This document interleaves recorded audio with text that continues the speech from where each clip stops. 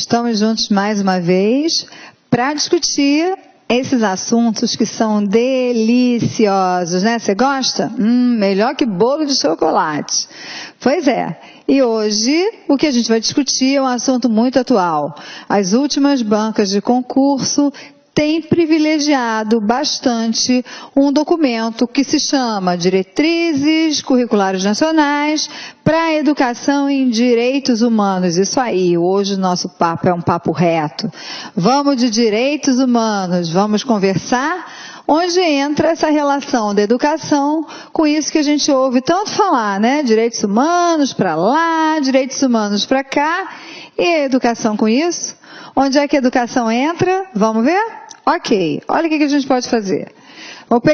Peguei essa lei, essas diretrizes, e trouxe aqui alguns assuntos muito importantes, um recorte interessante para a gente ler. Mas como eu sempre digo, quando você quiser o documento na íntegra, vai lá no site do MEC, procura a abinha de legislação e busca lá todas as resoluções, as determinações, os decretos, as leis, porque é sempre bom você ter isso contigo. Mas não esquece uma outra coisa, lei é igualzinho a duna de areia, deu uma ventania, um vendaval, quando você vai ver, aquela duna que estava lá não está mais, mudou de lugar. Então lembra que a lei, ela o tempo inteiro está sendo atualizada, e que, portanto, você que já tem lá a cópia da sua legislação de muito tempo atrás, é bom dar uma conferida, porque senão você pode estudar com material que já esteja ultrapassado, ok? Então vamos lá, essas diretrizes, elas vêm trazendo a ideia da educação em direitos humanos e vai colocando que isso é um dos eixos fundamentais do direito à educação e se refere ao uso de concepções e práticas educativas fundadas nos direitos humanos em seus processos de promoção, proteção, defesa e aplicação na vida cotidiana e cidadã de sujeitos de direitos e de responsabilidades individuais e coletivas. Então a gente está falando de algo que se ouve falar muito aí, quem é da área do direito, a gente que vê os noticiários de televisão, e vai se falando de direitos humanos, direitos humanos, direitos humanos, mas na realidade a gente está falando no uso de concepções e de práticas educativas que estejam fundadas nessa ideia do direito humano. A ideia do direito humano traz para a gente algumas noções claras do tipo, eu não posso ter nenhum tipo de discriminação entre as pessoas, seja ela social, seja ela racial, seja ela econômica, seja ela relativa a qualquer tipo de deficiência, seja ela por uma questão étnica, eu tenho que prezar na minha educação a possibilidade de que as diferenças existam e convivam em harmonia. Os direitos humanos, internacionalmente reconhecidos como um conjunto de direitos civis, políticos, sociais, econômicos, culturais e ambientais, sejam eles individuais, coletivos, transindividuais ou difusos, referem-se à necessidade de igualdade e de defesa da dignidade humana. Então a gente tem que ter uma educação que preze por essa dignidade. Os direitos individuais, a gente entende, os nossos direitos. Os direitos coletivos são os direitos do grupo.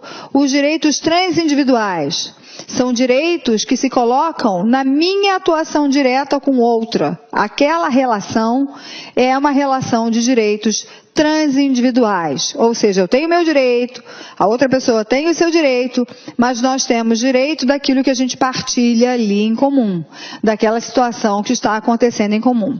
Então, olhar para essa ideia da dignidade parece uma coisa assim, mas o que eu vou falar? O que a educação tem a ver com isso? Muito. Infelizmente, a educação, muitas vezes, ainda é um espaço em que práticas discriminatórias se estabelecem. Práticas que desvalorizam uma cultura em relação às demais. Isso está muito presente em vários aspectos. Ultimamente, uma das coisas que tem tirado o sono de quem trabalha em educação, que vem causando problemas para a gente que trabalha na área da educação, é em relação às questões religiosas. Hoje, talvez como nunca, a gente tem vivido situações tristes, lastimáveis, envolvendo aspectos de intolerância religiosa. Para além da questão cultural em si, o que a gente está falando é de violar a dignidade das pessoas que são julgadas ou muitas vezes impedidas de cultuarem lá a sua fé, a sua prática, porque algum outro grupo majoritário cerceia o direito daquele ser, daquela pessoa, decidir os seus próprios caminhos. Essa é uma discussão que, portanto, a gente precisa pensar. Não é uma discussão especificamente única do professor. Tudo que é do professor é também das instituições educativas, é dos sistemas educacionais, é de toda a ideia da própria estruturação da educação. Então, os sistemas de ensino e suas instituições, cabe a efetivação da educação em direitos humanos, implicando em que, pode anotar aí, tá? A adoção sistemática dessas diretrizes por todos os envolvidos nos processos educacionais. Todo mundo que está envolvido no processo educacional tem que observar essas diretrizes. Ou seja, não é só o professor, é o porteiro, é a merendeira, é o inspetor de alunos, é o supervisor, orientador, coordenador pedagógico, seja quem for, está envolvido no processo educacional, precisa observar essas diretrizes. A educação em direitos humanos, com a finalidade de promover a educação para a mudança e para a transformação social, se fundamenta nos seguintes princípios. Esses princípios, meu amigo, você tem que saber. Olha quais são os princípios, então, que vão fundamentar a educação em direitos humanos. Primeiro princípio, dignidade humana. Óbvio, todo mundo tem que ter uma existência digna. Segundo, igualdade de direitos. Eu não posso dar mais direitos para um grupo do que para o outro, seja a razão que esteja por trás disso. Isso não é possível. Reconhecimento e valorização das diferenças e das diversidades. Laicidade do Estado. Isso aqui é algo que a gente precisa discutir muito, tá? E a democracia na educação.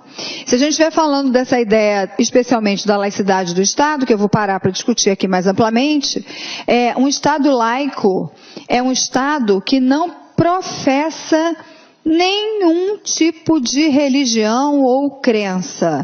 Ou seja, um Estado laico, ele não pode se determinar, por exemplo, cristão. E eu estou falando isso não para ofender a você ou para ofender a mim mesma, porque eu própria tenho minhas crenças religiosas. Mas imagina que o Estado, ele congrega todas essas diversidades, todas essas diferenças. Se ele assume uma postura, ele está valorizando muito mais uma possibilidade de ser e estar no mundo do que as demais. E ele começa a criar ele mesmo processos de desigualdade. Já ouvi muita gente, esse tem sido um debate político atual, muitas pessoas que querem acabar com a laicidade do Estado e dessa forma acabar também com a laicidade da escola pública. Acabar com a laicidade da escola pública significa fomentar processos de discriminação, fomentar situações de desvalorização que não vão trazer nenhum benefício para nós. O Estado laico e a escola laica não permitem, por exemplo, que uma escola pública traga seus alunos todos os dias na hora da entrada para rezar, seja lá o que for que vá rezar. Isso não cabe num Estado laico. Eu estaria com esta prática fazendo com que todos os meus alunos se curvassem ante a minha religiosidade, ante os meus desejos. Para e pensa. Mesmo que a sua prece inicial, a sua oração, seja o que for aquele momento inicial, seja um momento bastante ecumênico, bastante cristão, nem todos os nossos alunos são cristãos. Já parou para pensar isso? Já parou para pensar que nós temos crianças, filhas de pais ateus, que educam o seu filho nessa mesma perspectiva? Como é que fica essa relação? Então, a escola precisa ter um cuidado muito grande com aquilo que ela professa. E esse cuidado vai além dessa ideia do início da aula, de alguma oração, alguma coisa assim. Mas essa ideia está presente também quando a gente coloca alguns CDs de música para a criança cantar. Existem CDs bonitinhos, com as musiquinhas próprias para as crianças tchutchucas pequenininhas lá da educação infantil. Mas são CDs de certos cantores gospel, de certos cantores. Eu não tenho nada contra o cantor, nada contra a religião, nada contra o que a letra da música diz. Mas sim contra a ideia da religião na escola. Lembra, o que eu estou falando aqui não é uma ideia pura e simples minha. É uma ideia que está apoiada na própria lei que está aqui atrás. Então, essa laicidade, ela precisa ser contemplada. Eu preciso reconhecer o direito das pessoas, das famílias, às suas próprias escolhas, às suas próprias decisões. A educação em direitos humanos, como processo sistemático e multidimensional, orientador da formação integral dos sujeitos de direitos, articula-se às seguintes dimensões. Primeira dimensão, a apreensão de conhecimentos historicamente construídos sobre direitos humanos e a sua relação com os contextos internacional, nacional e local. Porque olha só, direitos humanos não é uma discussão puramente brasileira, unicamente brasileira. Direitos humanos é uma discussão internacional. E, na realidade, quando a gente fala de conhecimentos, a gente está falando desses conhecimentos sobre o que é considerado direito humano em todo o mundo. Essa é uma discussão muito polêmica. Às vezes a gente tem um olhar do que é direito humano apenas a partir da nossa perspectiva cultural.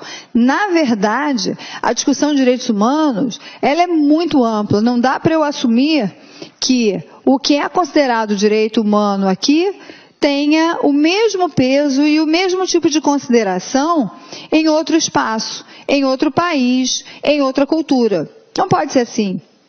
Não é assim que as coisas funcionam. Para cada cultura, a gente vai ter que considerar essa ideia de direitos humanos. E por isso, direitos humanos é uma discussão muito difícil de se ter.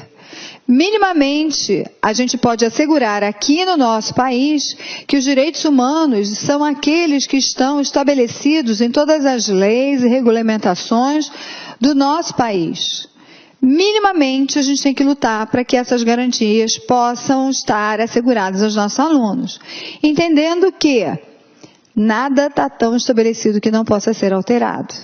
Entendendo que lutas políticas tentam mudar aquilo que é considerado direitos humanos. E, de novo, isso é bom, isso é ruim? Cabe a cada um pensar sobre isso.